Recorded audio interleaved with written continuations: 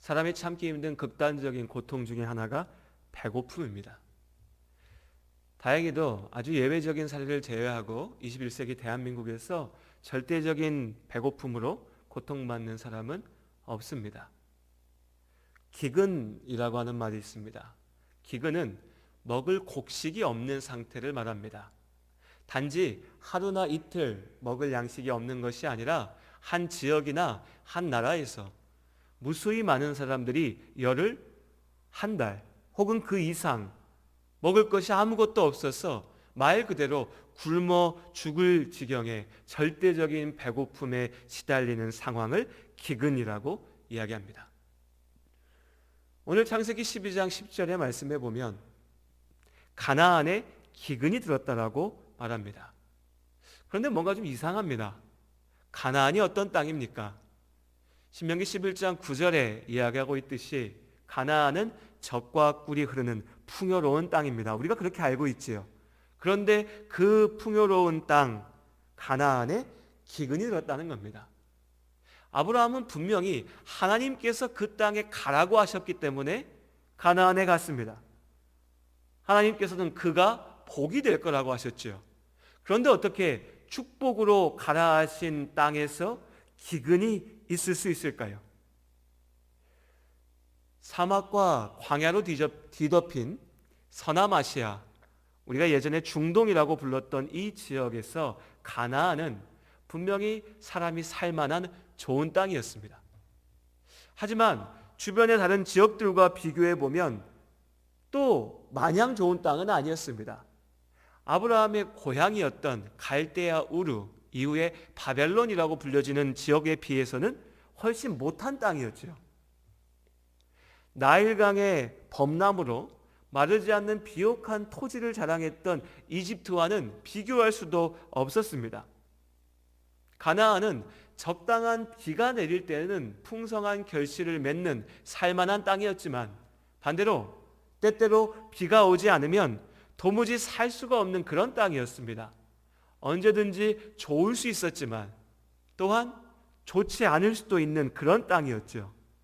그렇다면 하나님께서 아브라함에게 거짓말을 하셨을까요?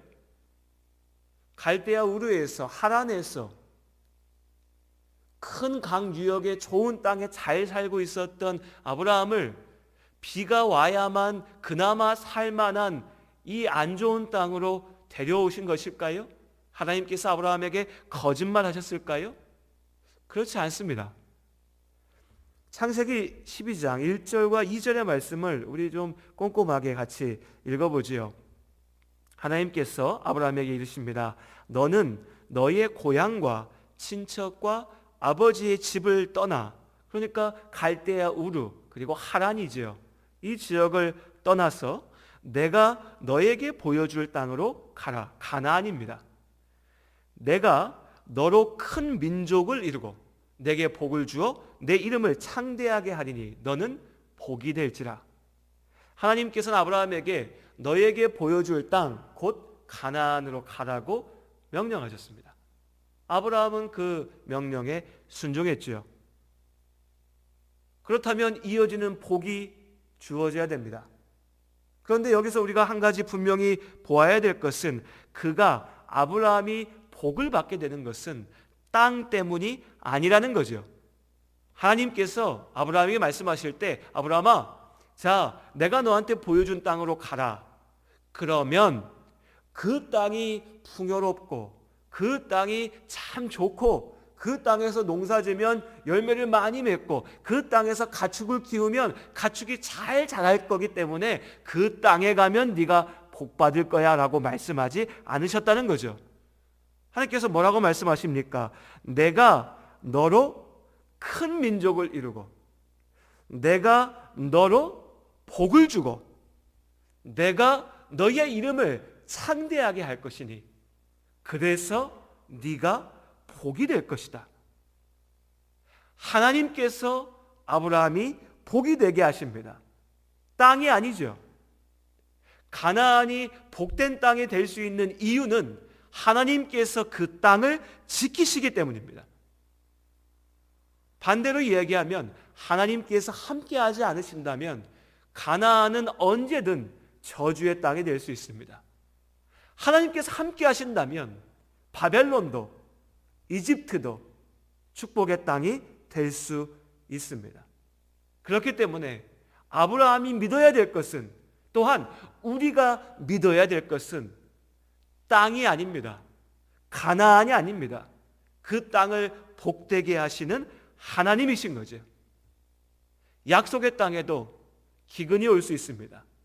그러나 기근이 올지라도 하나님께서 그 땅 가운데 함께 하시기 때문에 그 자리가 축복의 자리, 축복의 땅, 약속의 땅이 되는 것입니다. 당장 기근을 겪지 않는 우리가 하나님의 약속, 하나님의 축복에 대해서 이야기할 때 굶주림을 해결해야 될 아브라함의 입장에서는 불평하면서 반문할 수도 있을 겁니다. 나도 알아. 하나님께서 약속하신 땅, 하나님께서 주신 땅, 나도 알아. 그런데 지금 너무 배가 고프잖아. 지금 너무 힘들잖아. 나는 하나님의 약속을 믿고 이 땅에 왔는데 어떻게 이 땅에서 이렇게 힘들고 어려운 일을 겪을 수 있어?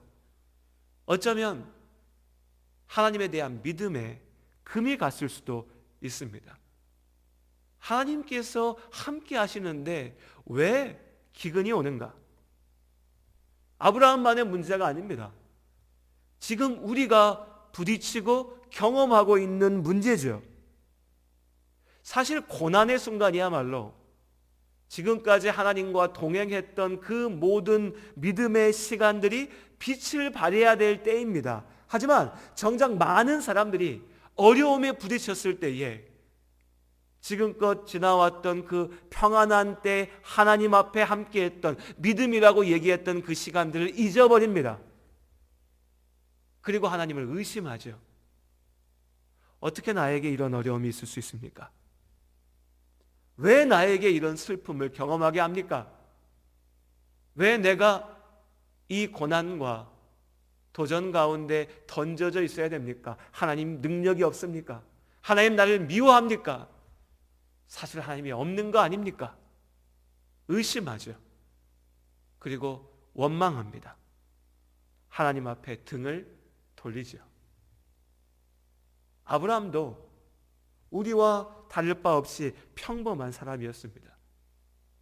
예상하지 못한 고난이 닥쳤을 때에 하나님께서 가라고 하신 그 자리에 갔는데 기근이 닥쳐왔을 때에 아브라함은 어쩌면 하나님을 의심해서 혹은 끝까지 하나님을 붙잡지 못하고 자기 나름대로의 살 길을 찾아서 나섰습니다.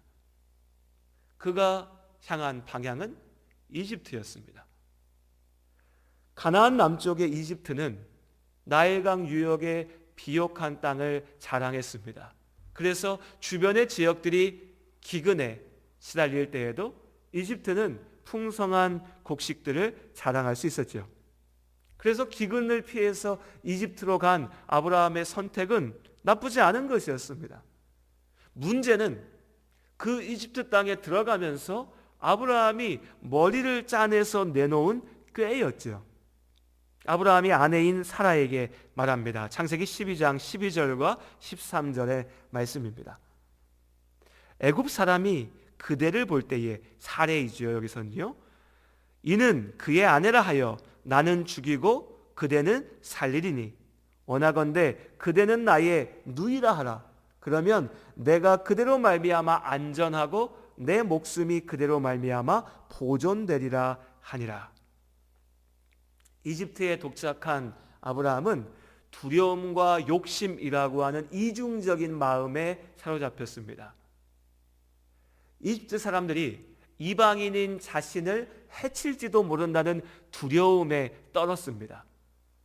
동시에 다른 한편으로는 풍요로운 이집트를 보면서 이때까지 시달렸던 그 기근의 문제, 배고픔, 굶주림의 문제를 해결할 수 있을 거라고 기대했습니다. 나아가서 이집트 땅에 이 좋은 것들, 이 부유한 것들을 자신도 가질 수 있을 거라고 하는 기대를 가졌죠.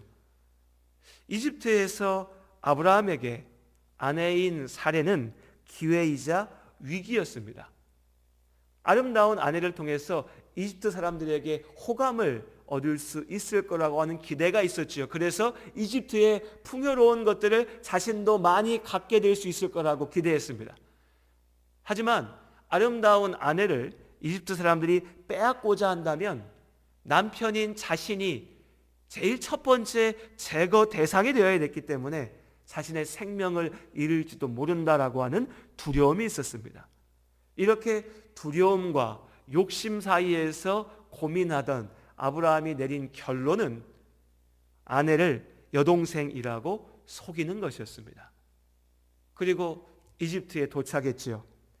아브라함의 기대대로 혹은 염려대로 사람들은 사레의 아름다움을 칭송했습니다. 그리고 이 소문이, 사레라고 하는 여인이 참 아름답다라고 하는 이 소문이 왕궁에까지 전해지게 됩니다. 그리고 이제 사태는 아브라함이 수습할 수 없는 지경에까지 나아가게 됩니다. 소문을 들은 파라오는 이 여인을 자신의 후궁으로 삼겠다라고 결정합니다. 그리고 이 파라오가 그렇게 나쁜 사람은 아니었습니다. 그래서 자신의 후궁의 한 명의 여인을 데려오면서 그에 합당한 대가를 치러야 된다고 생각했지요. 그래서 이 여인 사레의 오빠라고 거짓말했던 아브라함에게 좋은 것들을 참 많이 선물로 주었습니다. 양과 소와 노비와 암수 나귀와 낙타, 이 많은 것들을 아브라함에게 주었죠. 아브라함은 아내를 동생이라고 속여서 위험을 피하고 자신의 욕심을 채우려고 했습니다. 그리고 그의 욕심대로 그는 위험을 피했고 부를 얻게 됐죠. 하지만 더 소중한 것을 빼앗기게 됐습니다. 오늘 한글 우리 성경의 말씀에만 보면 이러한 대조가 분명하게 보이지가 않는데요. 13절의 말씀에 보면 원하건대 그대는 나의 누이라 하라. 그러면 내가 그대로 말미암아, 여보 내가 당신 덕분에 안전하고라고 본문에 되어 있는데요. 이 안전하고 되어 있는 이 성경의 히브리어 원어의 단어가 야타브라고 하는 단어인데요. 그 뜻은 잘 될 것이다, 잘 되게 하였다라고 하는 겁니다. 그러니까 바꿔보면 이런 겁니다. 여보, 당신이 내 동생이라고 얘기하면 당신 덕분에 내가 참 잘 될 수 있을 것 같아. 내가 안전할 수도 있을 거고 내가 좋은 것들을 많이 가질 수도 있을 거고 아무튼지 간에 잘 될 것 같아. 성공할 것 같아. 그러니까 당신 내 동생이라고 하고 사람들을 속입시다. 그 결과가 어떻게 됩니까? 16절에 바로가 그로 말미암아 아브라함을 후대하고 잘 대해줬다는 거죠. 이 후대라고 번역되어 있는 히브리어 단어도 역시 마찬가지로 야타브입니다. 잘 되게 하다. 그러니까 16절의 말씀을 바꿔보면요, 바로가 그로 말미암아, 여기서 그는 사레지요. 사레로 말미암아 아브라함이 잘 되게 하였다. 13절에 아브라함이 내가 당신 덕분에, 사레 덕분에 잘 되고 싶어. 16절에 파라오가 사레 덕분에 아브라함이 잘 되게 하여 준 겁니다. 아브라함의 계획대로 됐습니다. 잘 됐죠. 안전을 보장받았습니다. 좋은 것들을 많이 갖게 되었습니다. 하지만 그 모든 것과도 바꿀 수 없는 아내를 빼앗기게 되었습니다. 그것만으로도 끔찍한 일이었지만 더 큰 문제는 하나님의 축복의 약속이 깨어지는 것이었습니다. 하나님께서는 아브라함과 사레를 통해서 큰 민족을 이루게 하시겠다라고 약속하셨습니다. 단지 아브라함만을 위한 약속이 아니라 이 땅을 구원하시기 위한 하나님의 구원의 약속의 시작이었습니다. 그런데 아브라함이 스스로 만들어낸 이 거짓의 계획은 당장의 성공은 가져다 주었지만 더 본질적인 하나님의 축복을 잃게 만들었습니다. 이렇게 모든 것이, 모든 일이 아브라함의 잘못된 계획 때문에 실패로 끝나게 되는 그 순간 하나님께서 개입하셨습니다. 17절의 말씀에 보면 하나님께서 내리신 재앙이 어떤 것인지 우리가 구체적으로 알 수가 없습니다. 분명한 것은 이 사건, 이 재앙을 통해서 파라오는 하나님께서 아브라함과 사례를 지키신다라고 하는 사실을 분명히 알게 됐습니다. 파라오 입장에서 생각해 보면요, 얼마나 억울한 일입니까? 아브라함이 속였기 때문에 내가 속임을 당했습니다. 그런데 하나님의 재앙이 나에게 닥쳐온 거죠. 파라오가 화가 머리끝까지 났을 겁니다. 실제로 파라오는 아브라함을 불러다가 꾸짖습니다. 소리 지르죠. 네가 왜 나를 속이느냐? 네가 왜 나를 속여서 내 집안에 이 왕국에 이런 어려움이 닥치게 하느냐? 하지만 파라오는 하나님께서 지키시는 아브라함을 해칠 수는 없었습니다. 그래서 그의 잘못을 꾸짖고 난 이후에 아브라함을 다시 고향으로 돌려보내죠. 그렇게 가나안으로 돌아올 때 아브라함은 이집트에서 얻게 된 그 모든 부를 가지고서 돌아오게 됩니다. 하나님께서 주신 축복의 자리에 기근이 닥쳤을 때에 아브라함은 스스로의 꾀를 통하여서 그 문제를 해결해 보려고 했습니다. 아브라함의 얕은 꾀가 만들어낸 것은 삐뚤어진 성공이었습니다. 당장은 좋은 것들을 많이 얻을 수 있는 것처럼 보였지만 그것과는 비할 수 없이 귀한 아내를 그리고 하나님의 축복을 망치는 일이었습니다. 그 실패의 순간 하나님께서 아브라함을 붙잡으셨죠. 최근에 언론에 코로나 우울증이라는 말이 등장하고 있습니다. 벌써 한 달이 넘는 동안 뉴스를 틀면 우리를 불안하게 만드는 소식들만 가득합니다. 사람을 지치게 만들죠. 언제 끝날지 모르는 이 사회적 거리두기 참 답답하고 힘듭니다. 그러다 보니 누구라도 마음이 무겁고 우울할 만합니다. 경제적인 어려움도 위기도 계속해서 우리에게 심각하게 다가오고 있습니다. 말 그대로 우리 앞에 닥친 이 땅에 든 기근이라고 할 만합니다. 이제 이 사태가 어떻게 마무리될지, 어떻게 흘러갈지는 누구도 알 수가 없습니다. 오래전 IMF 사태가 그러했듯이 각각의 인생들에게 크고 작은 많은 상처를 남기게 될지도 모릅니다. 하지만 한 가지 분명한 것은 하나님의 말씀에 순종하면서 믿음의 길을 걸어가는 우리에게는 이 어려움 또한 우리를 인도하시는 하나님의 은혜와 연단의 시간이 될 것이라고 하는 사실입니다. 약속의 땅에도 기근이 옵니다. 그러나 하나님께서는 그 기근 가운데도 사망의 골짜기 가운데서도 우리를 지키시고 인도하신 줄로 믿습니다. 우리는 삶의 기쁨과 고난의 순간 속에서 하나님의 손을 붙잡고 걸어가는 것을 배웁니다. 하나님과 함께하는 삶이 평안이라고 하는 것은 그저 말이 아니고요, 우리의 삶 속에서 증거되는 하나님의 축복입니다. 우리 인생의 목적이 여기에 있습니다. 그래서 하나님께서 아브라함을 부르셨습니다. 가나안이 완벽한 땅이기 때문에, 가나안에만 들어가면 아무 문제가 없을 거기 때문에 그 땅으로 아브라함을 가라고 하신 것이 아닙니다.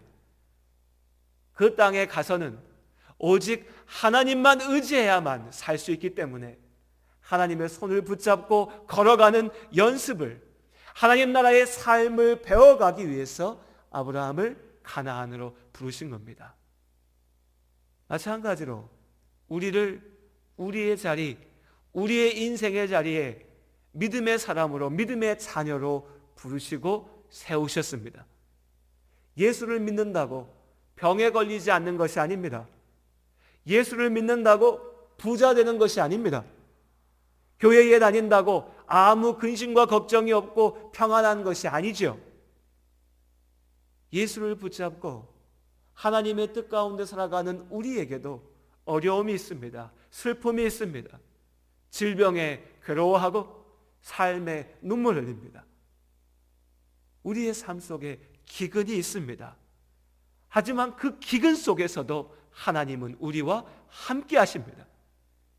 그 어려움 속에서 하나님의 손을 붙잡게 하십니다. 그렇게 주님의 손을 붙잡고 참된 축복이 무엇인지, 참된 평안이 무엇인지 알게 하십니다. 그러니 여러분, 우리가 세상의 헛된 성공을 쫓다 하나님께서 주시는 참된 축복을 놓쳐서는 안 됩니다. 지금 우리 앞에 이 자리에 계신 한 분 한 분, 우리 성도님들의 앞에 닥친 그 기근에 절망하지 말고, 그 기근 속에서도, 그 어려움 속에서도 나와 함께 하시는 하나님의 손을 붙잡으시기를 바랍니다. 그렇게 주의 손을 붙잡고 나아가는 그 모든 자리, 그 모든 시간이 하나님의 축복의 자리이고 축복의 시간임을 믿습니다. 어려움의 시간, 이 모든 자리 가운데도 우리를 지키시고 인도하시는 하나님의 은혜가 함께 하시기를 주님의 이름으로 축복합니다. 기도하시겠습니다. 하나님, 우리는 우리의 눈앞에 닥친 기근으로 괴로워합니다.